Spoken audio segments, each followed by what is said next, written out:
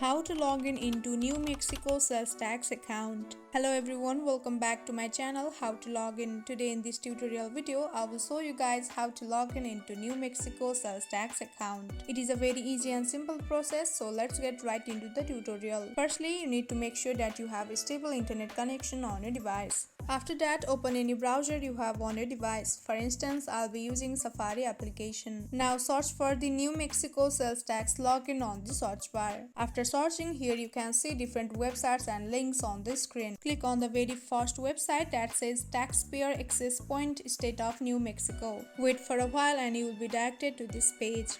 Now here on this page you can see that warning, so you can just read it or you can also ignore that. Now scroll down and here you will see you need to enter your logon and password in order to log in into your account. And if you haven't already created an account, tap on create a logon option. But assuming you have already created an account, simply enter your logon and password and tap on login option. And in case you have forgotten your logon or password, simply tap on forget logon or password option. So that's all in this very simple and easy way you can log in into your account. I hope you guys found this video helpful. Don't forget to drop a like and subscribe to my channel. Thank you.